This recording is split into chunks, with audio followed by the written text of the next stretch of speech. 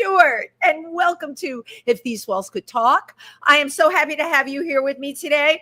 My co-host, Tim Moss, is conspicuously missing. You know, it is Pride Month, and he is super busy, and he's got projects and things he's working on, but I am by my lonesome here today. But you know what? I'm never alone because I have all of you who have tuned in to watch or just to listen. I hope everybody is enjoying their June. Our temperature is going up here in New York, and you all know I have rabbits, right? Everyone I think knows this about me. I lost my beautiful male Angora rabbit. He was 10. My female is still with us. I'm looking for a partner for her. So if you're watching and you know anyone that has a rabbit, I need a male rabbit.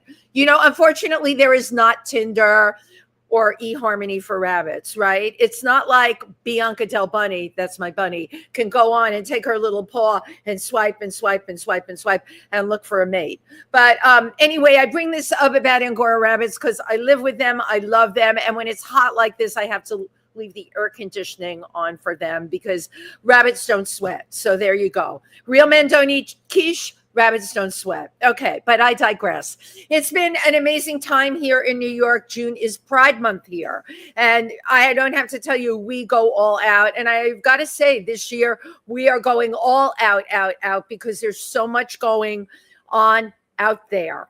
And we have to get out there and make our voices as loud and proud as possible. And I had the amazing opportunity to attend the Pride council meeting and rally at City Hall, hosted by the one and only Eric Botcher, our councilman. And what was so special about that is people came that were involved in the LGBTQ plus community, all the people that are the movers and the shakers trying to make things happen. And people say to me, how are we going to make things happen now, Wendy? You know, people are feeling powerless, right? But you can, or it depends. You have to vote. You have to vote correctly. And I have to tell you, the speeches I heard down at City Hall, I was so inspired. There's funding being gotten where funding's been cut, okay? There are bills being passed that are not even out there that will be very advantageous. So I like to tell people we are all in this together, and definitely attending this event at City Hall, courtesy, by the way, of the Imperial Court of New York, which I am a member of. It was really an incredible experience. And okay, you can't have these many people together in a room without offering entertainment. So we had the Martha Graham dancers, and of course, one of my favorite people, singer, consummate professional, Lorna Luft. I could listen to her forever. And if you go to my Facebook page, Wendy Stuart, I put up a little clip of her singing New York, New York. Now, believe me, it does not get any better than that, does it? No, it doesn't. I am coming to you live here today from Pangea. Lately, I feel like I should just put a cot here. I'm here so much. The shows have been incredible. Tomorrow night, I will be back again for the amazing David Kale. He's doing a brand new piece, which does not happen that often. He's a brilliant talent, and I could listen to him forever. Incredible storyteller. But last night, we had a workshop production directed by David Mills, who's been on this show.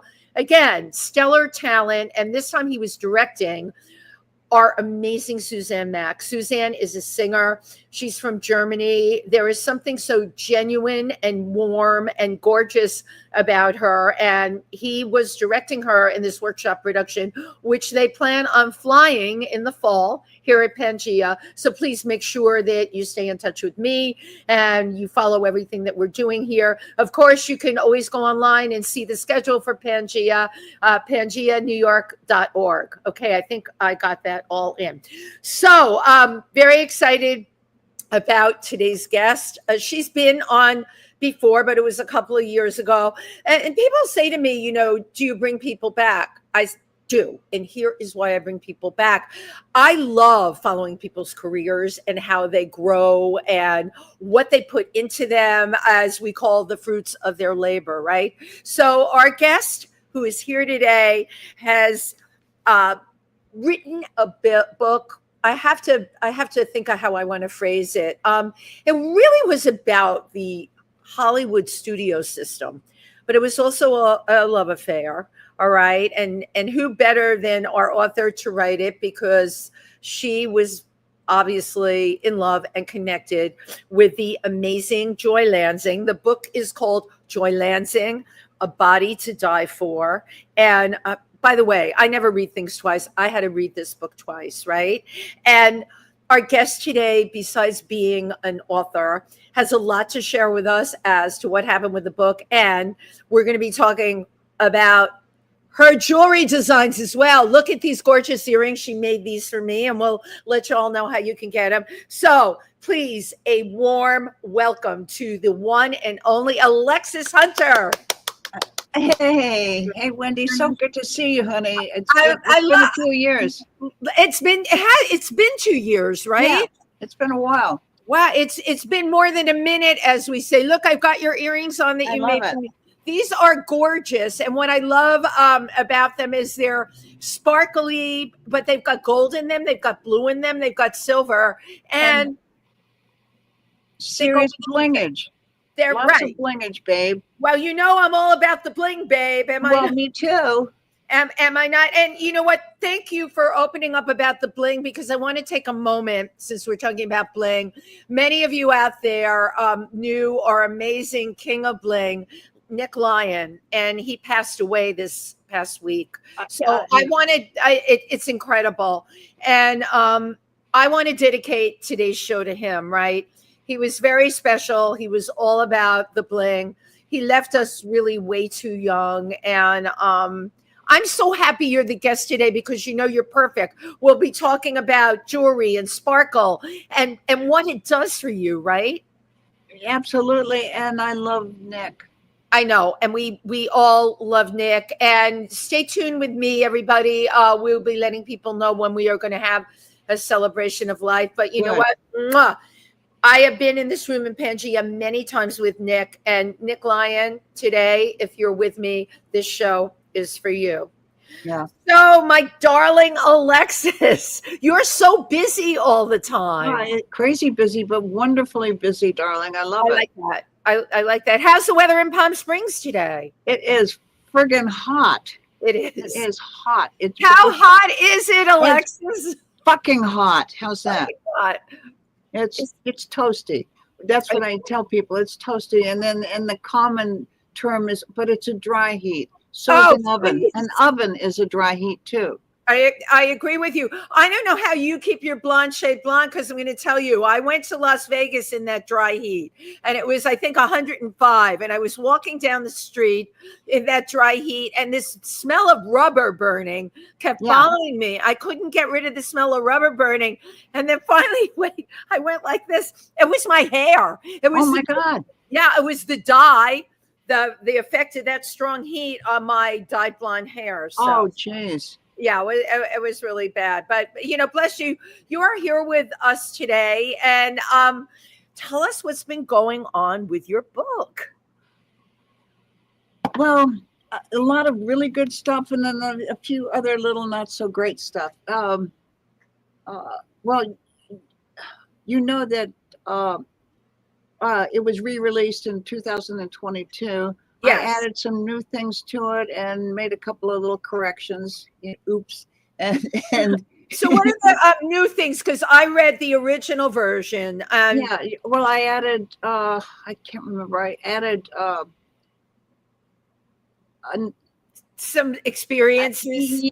Yeah. Just added a few extra things and a lot more photos, because I luckily, Joy's, I can't remember exactly what she is, but related to, she was married to Joy's brother's. I remember that, right? Yeah. So you got access to photos because Larry died.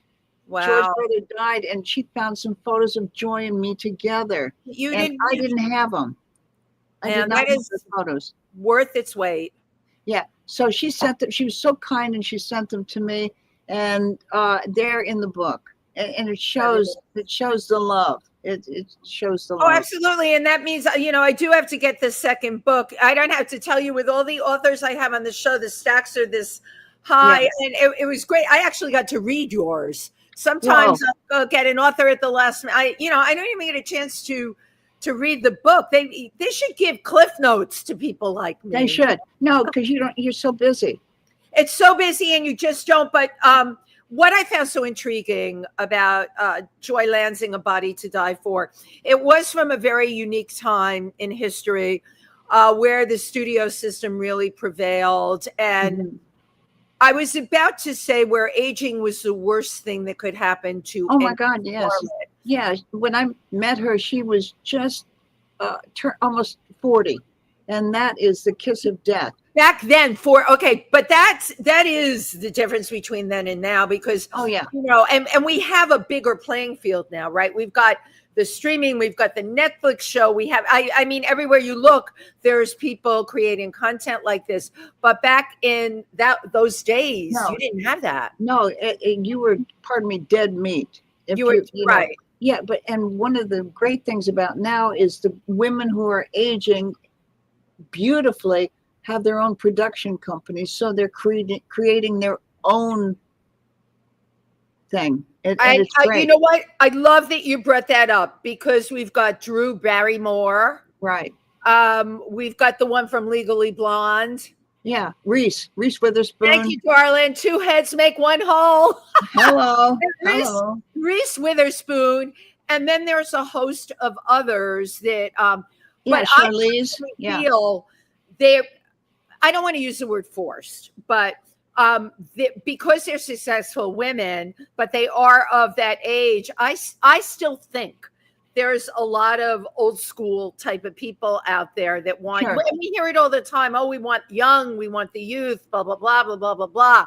These women are very successful and certainly have no reason to even deal with that. And that's a beautiful thing. They can, isn't it great?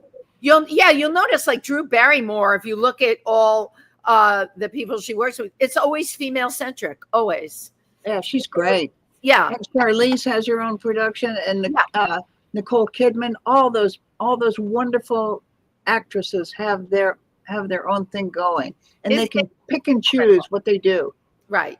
Well, because they can also raise the money for it. So that's the very thing that's changed, is the power that women have along those lines. Yeah, poor Joy didn't have power at that point. No. She was, it was just the studio system, and a lot of her problems were trying to compete. She was competing with Monroe and Mansfield and Mamie Van Doren and Diana Dors, and they wanted, so Joy, she kept thinking, oh my God, I've got to be the most beautiful, I have to be the sexiest.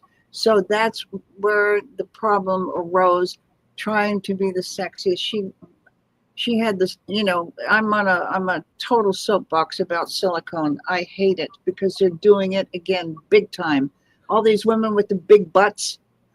So wait, so I know tons about plastic surgery. It fascinates me. But the big butt thing, those are the Brazilian butt lift, but they're being done here.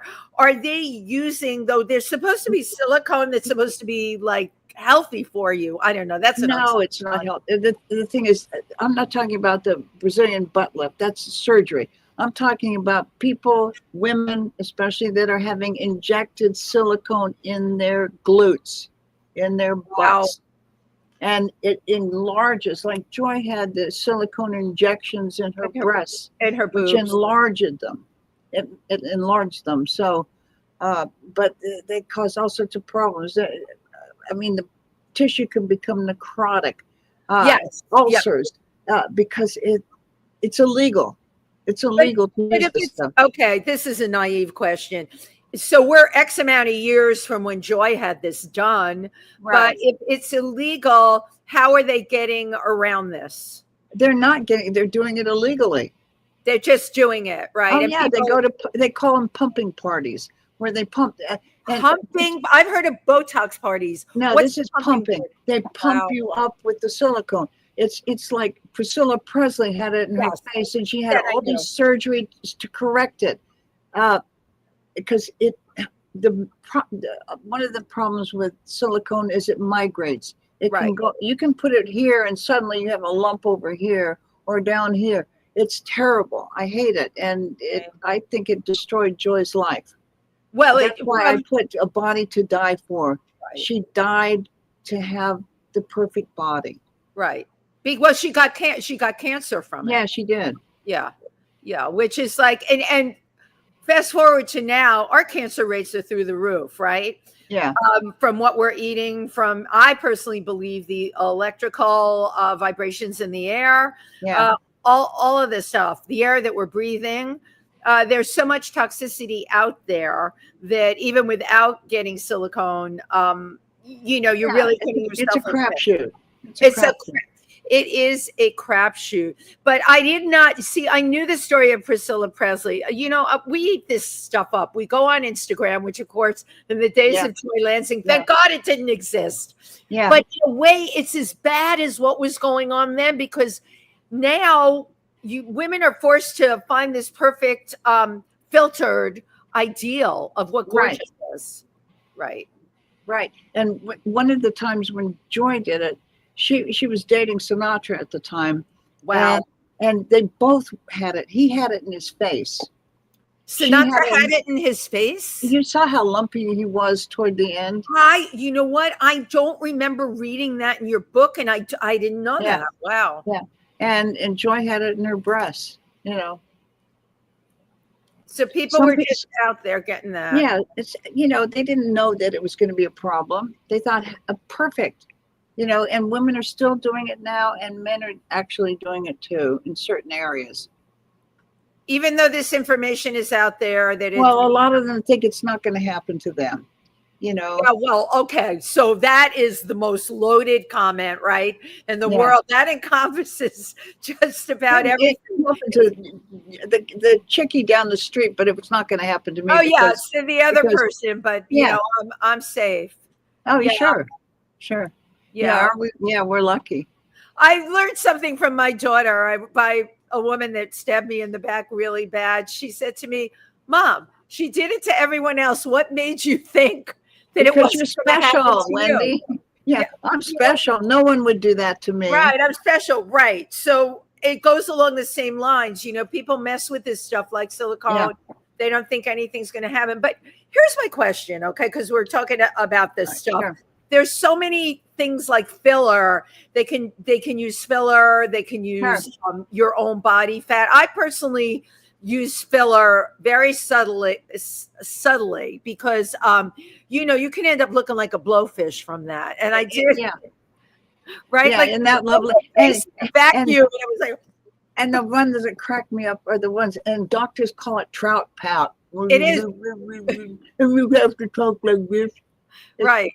I find it's so sad. It's so sad. But there is stuff, we're talking about. I don't think we're doing this for our male or female partner. And I talk about it's this for ourselves. all the time. It's for ourselves because, I don't want to look in the mirror and see a 20-year-old. I'm not. And Lord knows I earned every wrinkle I have through life experience. But I also I want to have a standard, right? Sure. You want to feel. You want to still have expression in your face. Thank you. Right. Yeah. Right. Absolutely. And you want to feel attractive for you. So I get into these conversations with people all the time that this is it's an important thing, and you should be doing it for yourself, not to please someone else. Right. Yeah. Not to please. I totally agree with you. Hopefully you're with a partner that loves you no matter what. Anything that I would do would totally be for me. I'm a Botox and filler girl. And again, very judiciously, we've all had the thing with Botox where one eyebrow ends up higher than the other. Oh, well. Where you have like one eye slightly closed, and then you call them and you're like, "Hey, you have to fix this."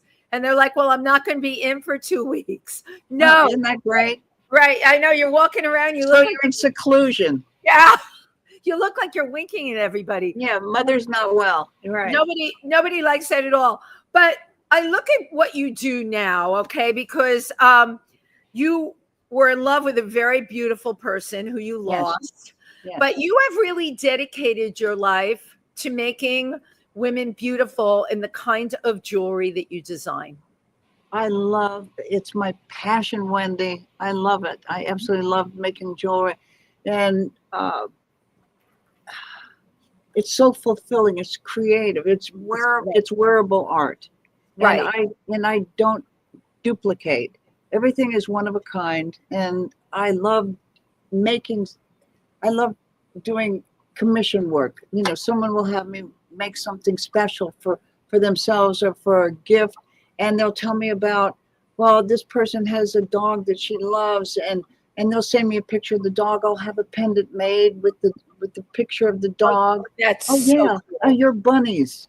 Yeah, big bunnies. Right? I know, your bunnies. We have to find you a male bunny. Yeah. Something I know. You heard my plea out there. You know, it's funny because I'd be much smarter getting a piece of jewelry with a bunny on it than I told my daughter. I know this horrifies her, that I was going to have the rabbit that passed was named S'mores.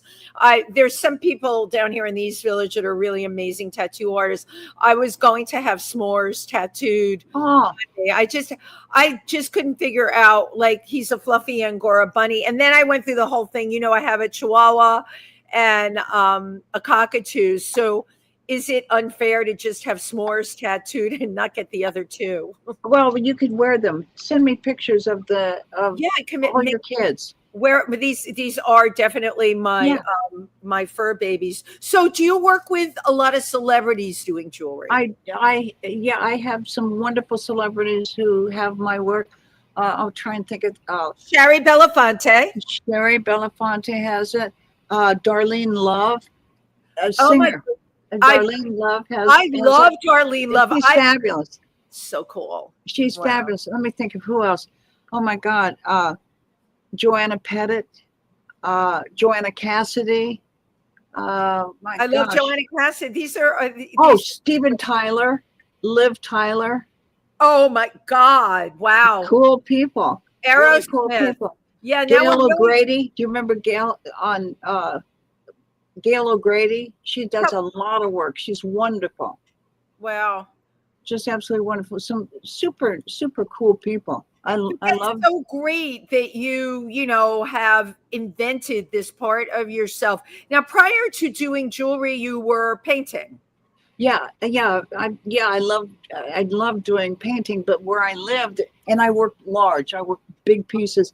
I don't have any place to paint, so I thought, well, what can I do for my creativity?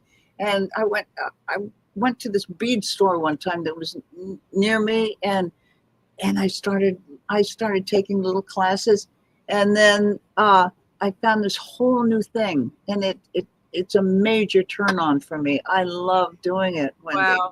Wow. It's so fulfilling, because each piece that I make is art. It's art. It's fun, and I love it when it makes people happy. Well, that was going to be my question. From talking to you, I can tell your work makes people happy. Have you ever had it where, they were critical of it? No, I've been great. Because when I do something, I am in constant contact with the person to find out, what do you want? What is it that you like? It's like an interview. Yeah. And I spend a lot of time doing it and doing the research to find the things that are important to them. Like it's so personalized, right? It's totally personalized. Yeah. And I'm thrilled when they're happy.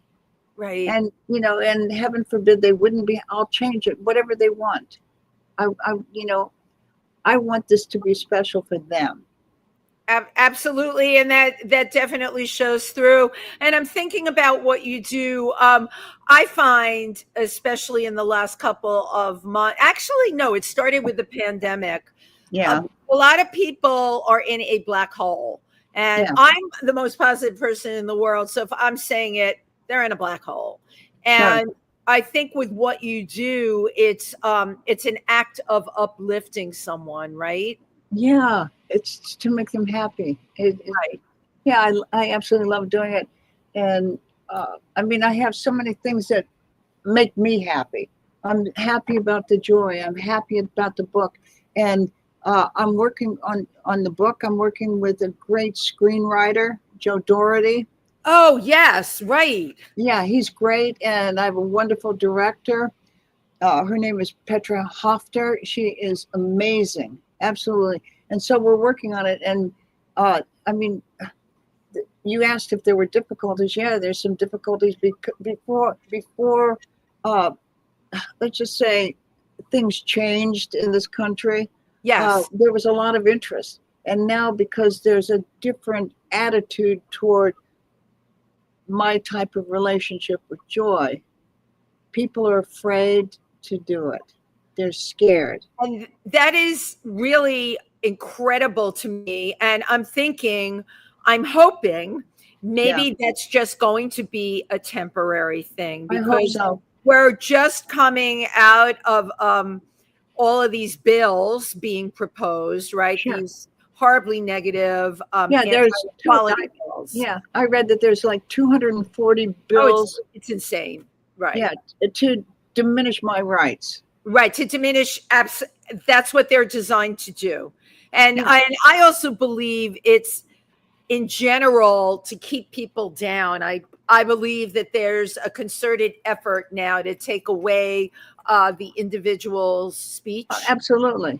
And anything that someone is trying to do. However, I don't, maybe I'm being naive, but I don't believe that this is a permanent thing. Yeah. I know this is going on right now. And I know, my God, in LA, they sent in the National Guard, incredible, against the wishes of Gavin Newsom.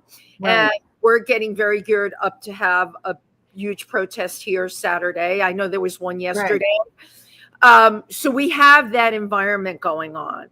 However, I have to share with you, and you heard me say it at the opening of the show, I went to City Hall to their Pride celebration, and all of the people there were involved politically in some way. Mm-hmm. So it wasn't just those of us who feel they're victims of what's going on. These are the people that are making the bills and passing the legislations and funding the money, right?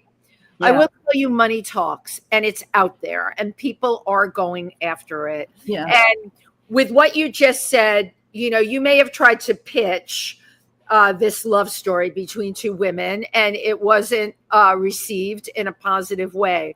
But I don't know 6 months from now if that may not change. No, I'm seriously hoping, and I'm hoping that one of your listeners, knows people in power, gay people in power, big producers, big money people who would have interest in this story. Yeah.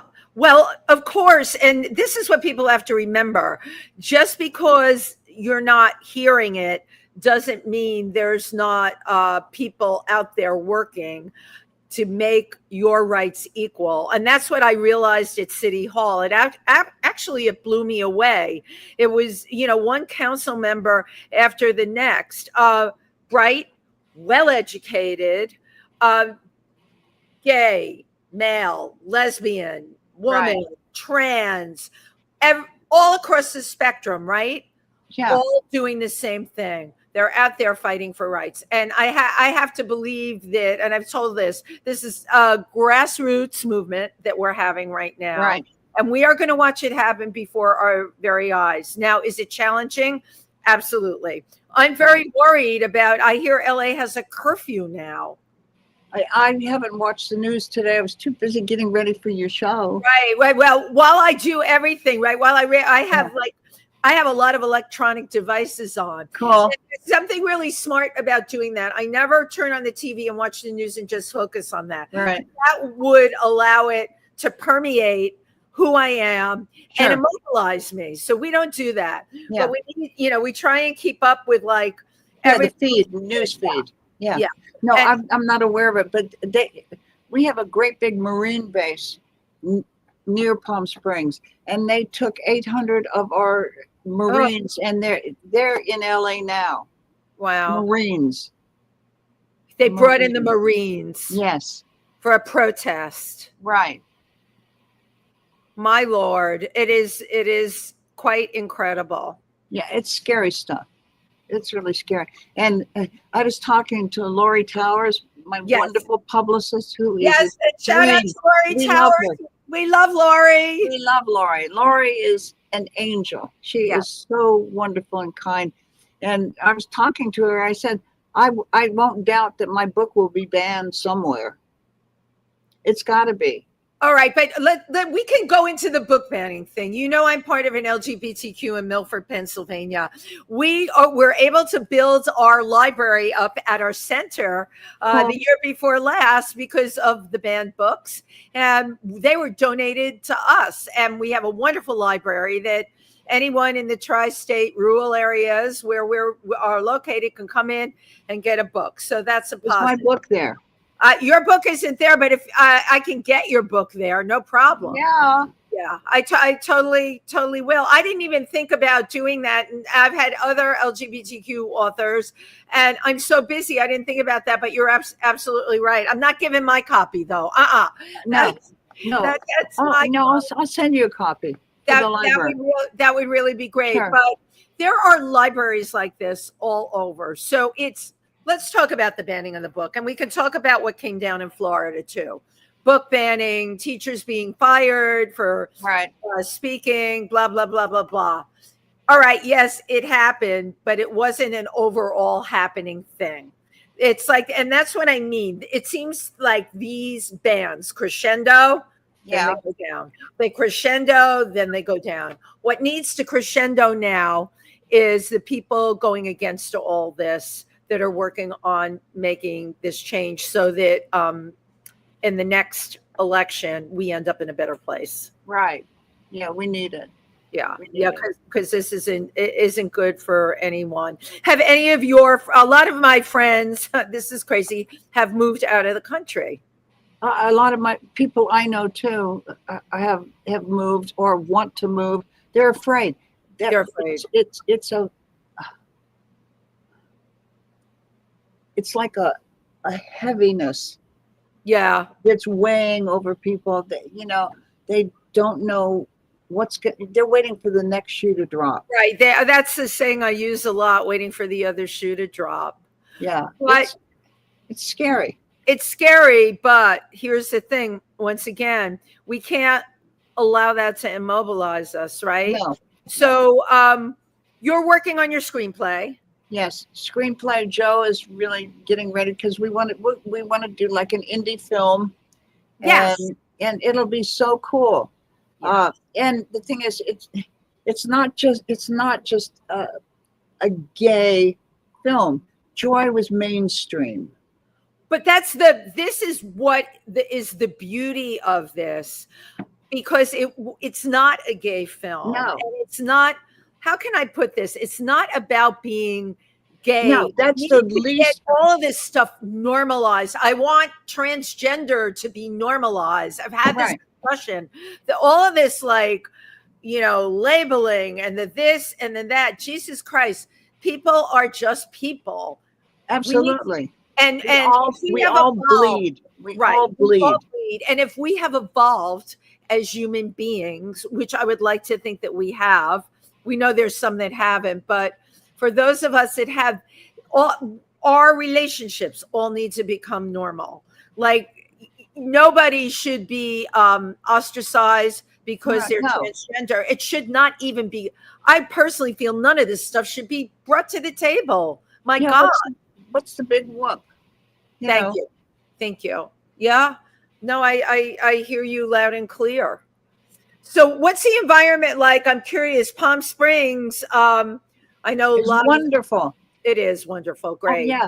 We have I hear varying percentages, but I think Palm Springs is at least 50% gay. I think it's more than that, but yeah. Yeah, it is. But I'm being conservative. Right. That's the only time I'm conservative. Are you going to be conservative? You took the words right out of my. Yeah, that's it. That was my one. Listen, we can just take a soundbite out of this interview, and we'll have the quote, "I'm being conservative," and then someone will get a hold of it. Okay, when you're trying to pitch your film, and they'll say, "Even Alexis Hunter has seen the error of her ways. Listen to this." Right. Yeah. She's conservative. It's conservative. Yeah, right. But I think it's very helpful if you are in a creative and positive environment for the work that you do. Because if you are focused on, like you said, people are afraid. It's not a good place to be. You can't operate in a base of fear. No. It's a real bummer. It's a bummer, but you know what? You're doing your thing, and that's not a bummer. Now, I always, when I think of Palm Springs, an incredible creative enclave, do you have a lot of friends that are in the arts there? Oh my God, yes, everybody. In fact, everybody. Okay, the last time I was supposed to be on your show, I couldn't get it together. The thing is, because I normally just use my phone for interviews or for whatever, but we needed to do a computer. I'm at my friend Jerry Ring's home.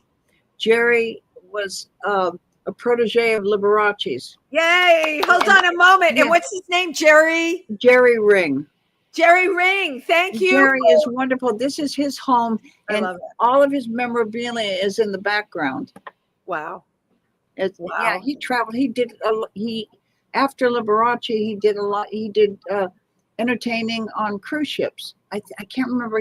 I think he was on like 76. I'm not sure the number. Oh, I'm sure, because for that, different ships, and he entertained, and every port where he would go, he would pick up some memorabilia. So it's surrounding me. Look at everything here. I think this is great. I love you using this set that you found through your friend. It's really perfect. You can do all your interviews from here if he'll say okay. Yeah, well, he's a good sport. He's my BFF. I adore him. I love it. Well, please thank him today for supplying the location. Right? Yeah. That's totally important. So it's interesting because I'm thinking back to when you and Joy were together. I'm sure you didn't have the support that you have now because you were both different ages, and we were closeted. Yeah, closeted. No one knew. Right. No one knew our relationship. In fact, we pulled off the Sisters Act routine. I became her younger sister, Rachel. Her little sister, Rachel, and that's where the name Rachel Hunter came from. Yeah. In fact, Joey Bishop named me. I love that. How many people love the name Rachel? So suddenly I'm Rachel. Well, and I became her sister. So no, we were not brave and courageous. We were hiding, just like it was illegal then. Right. First of all, but it was also, here we have Joy pursuing this phenomenal acting career. Right. So she would want to hide because it would have destroyed her career, darling. Right. It would have totally destroyed her career. Yeah. You just didn't do that. No, you couldn't. You could not do that. Yeah. And the thing is, it was important. She was struggling to work at that point. She was almost 40. So, and luckily she had her singing career, and she was a wonderful singer. Incredible. And the last things that she did were primarily singing gigs.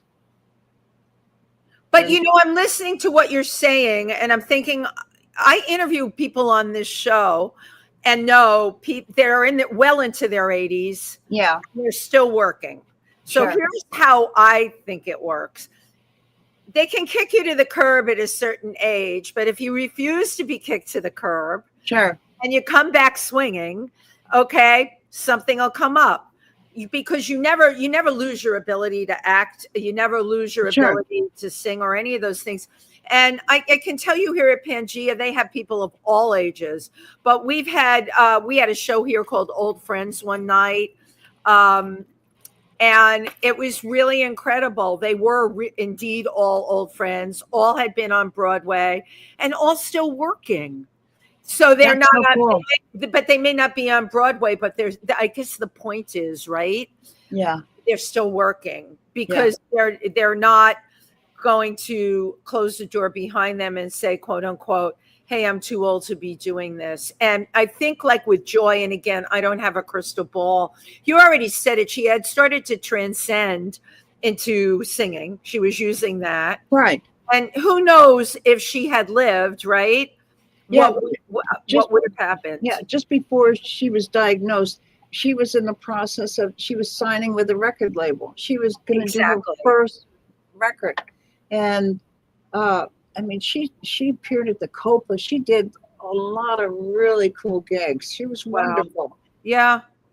Yeah. And it's just so sad that she never achieved what she wanted. And that's part of the reason for my trying to, I want people to know her. You were the one that was your job. I really think that the universe definitely brought you together. You were on that set, and you were in a gorilla suit. Come on. Come on. Yeah, I mean, what are the odds? Wendy, what are the odds? This kid from Kansas, just fresh off the wherever, the haystack, suddenly is in LA. My parents moved from Kansas to the LA area.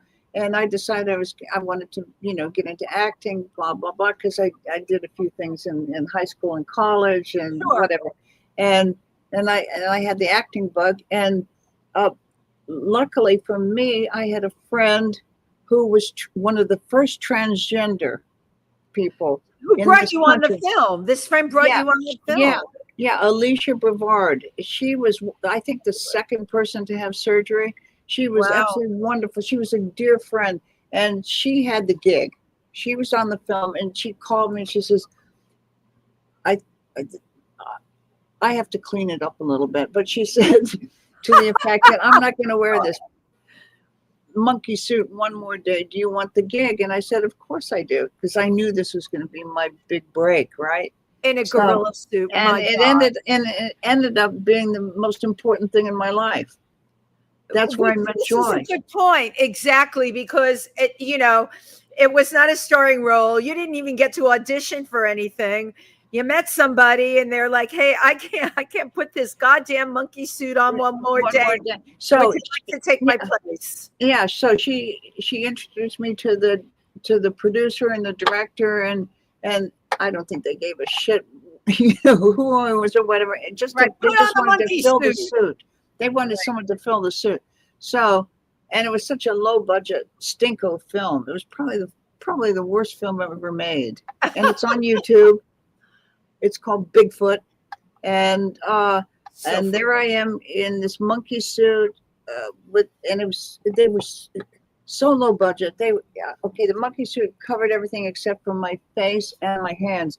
And there they are with like spray paint and gluing this fake hair. It was. I remember they had to glue the fake hair on you. Yeah, and my face too. And it was just. And Joy comes in to makeup, and I didn't know she was in the film. I'd always thought she was the most beautiful human I'd ever seen in my life. There is your idol. And she walked in and she sat down next to me, and we hit it off. She was so sweet and kind and wonderful. And we became friends. And then that evolved. But the likelihood of that, considering how old were you at the time? You were like 18, 20? How old were you? I was almost 21 when I met her. You were almost 21, and she had, a good amount of years on you. Yeah, she was 18 years my senior. I mean, what are the chances of the two of you, first of all, meeting? Never. The most bizarre. Never. So we have to say when that happens, there's a Yiddish saying, it's beschert. It's meant to be. And it was totally meant to be for you. And I came into her life when it was important, when she needed, she was married 3 times. She had a million boyfriends. She dated Sinatra for a few years, and she was straight, and it just happened. Right. We connected on so many different levels. Right. And we fell in love, and it was just, amazing. It tears me up. Right. she was the love of my life, Wendy. But you were really chosen because I don't feel it was meant to be that she was going to live, and Right. you were the one that had to carry that torch forward. Now, I'm after, and if this is too painful for you, please. No, it's okay. It's okay. After she passed away, you were still really young. Yeah, I was not quite, almost 25, not quite. I mean, come on, that's a baby, and you had been through this like incredible relationship with a star, and she gets really ill, and you were there for her every moment from the hospitals and all of that. How did you move forward from there? Because that's really, it was tough. It was tough. But I mean, she was my whole life. She was everything. And the first few years after she died, I don't remember. My life was aimless. Right. And then I moved on, and I've had so many different careers. It's been so cool, Wendy. My life has been great. I know you were a driver. Weren't you a driver? Oh, I'm chauffeur.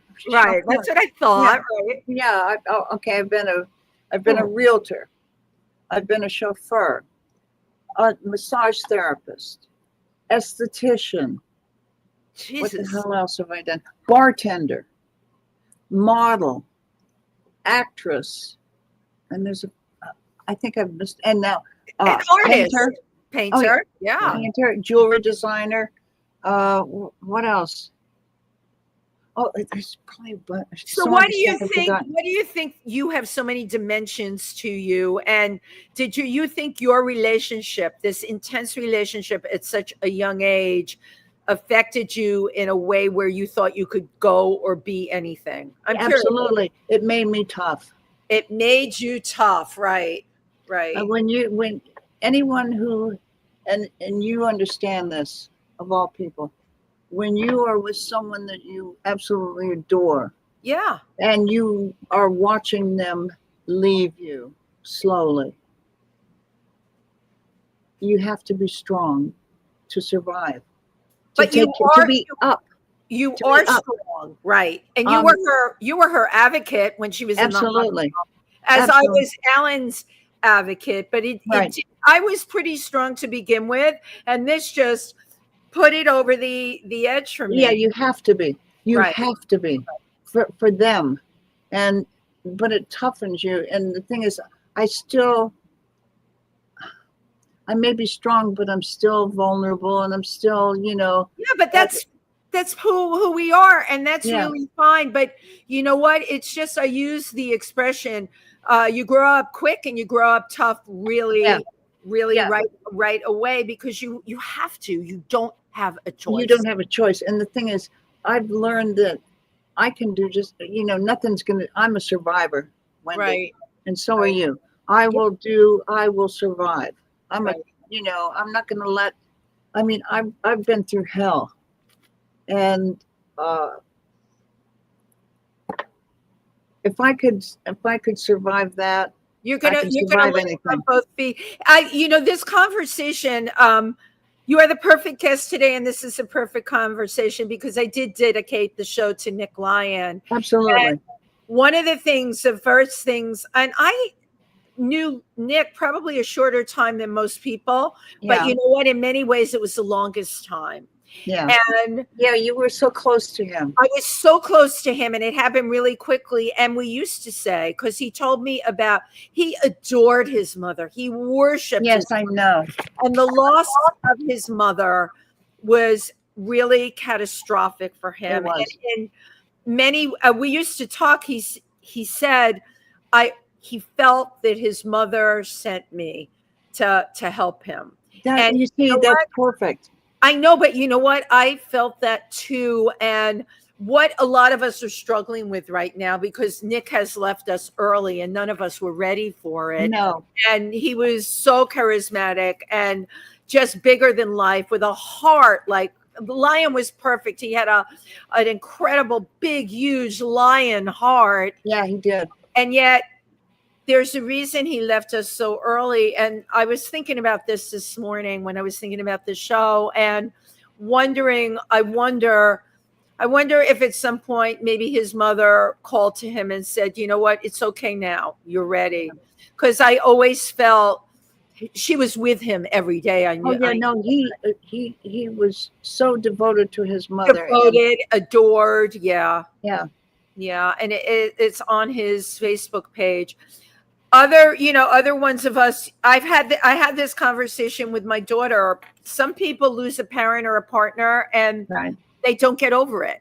No. That's why I asked you, like what happened to you after that. They really don't. I have no people that they were never able. I don't like using the word move on because that's bull, but they were never able to continue on living their best life because the loss of the person so hurt them and got in the way of them living their best life. Well, the good thing for me is, it was tough. It was traumatic.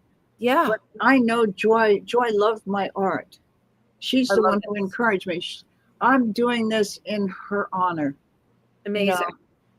Amazing. Well, you've certainly you've taken her legacy forward, and I know other people, Joe Preston, Jackie Curtis. Yeah. Right, but Joe has become the lifeline for Jackie Curtis. All of the memorabilia, the books, the music. Joe gave me a tape. I play it in my car, Jackie Curtis Cabaret. So Joe's job is to carry Jackie Curtis forward. And your job is to carry Joy Lansing forward. Absolutely. And it's going to happen with this movie. This is going to be the next thing. It's going to, yeah. And the thing is, I think the timing is absolutely perfect. It could be because, as we've discussed, it shows that we love. Right. We bleed. We hurt. We have the same tragedies in our life as anybody else. We're no different. Exactly. We're no different. It's completely unthinkable to me that anyone would, and I've heard the other side say horrible things, but it is unthinkable to me. It really is. It's about equality for everybody. Everyone deserves the same rights on this earth, and I'm totally about that. We have some comments, and let me see who is on here. Okay. My amazing friend Rose Trentman, and we have a new thing where our producer lights up the comment for me so I can actually see it without glasses. Very cool. At the bottom of the screen. My God, that's so good. Hello, Rose. Thank you for tuning in today. I know a lot of this speaks to our dear friend Rose. She had an amazing husband, and he's still very much with her, as my Alan is still very much with me, as your Joy is very much with you in your own personal joy. And Rose also said, yes, it was Bashert. It was divinely fated as it was. Right. And that is true. It is up for those of us who are here to get the message out of the people that aren't. And we've been chosen by them to do that. And my gosh, isn't that a great thing? Yeah. Absolutely, honey. Absolutely, Wendy. So where can everybody find your book, and the most updated one with all the new pictures? I think that's Amazon, and Barnes and Noble, and any bookseller can get it for them. Okay. And and I also want to call everyone's attention to something we didn't bring up. You have a Facebook site for Joy Lansing. I do. It's got a ton of pictures and fun stuff on there. Joy Lansing Appreciation. Right.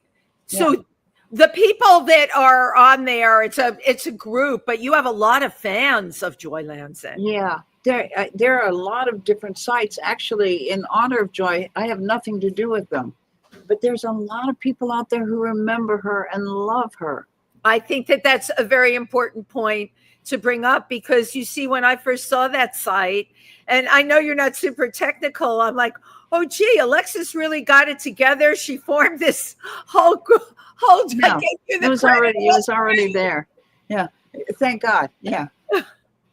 Thank God there's other people out there. But you know what? Isn't that great that these sites exist? And you're right. Joy Lansing had many fans. The first time you were coming on the show, I remember Margot Channing getting the amazing friend, an incredible drag performer, and so much more, got in touch and was so very excited,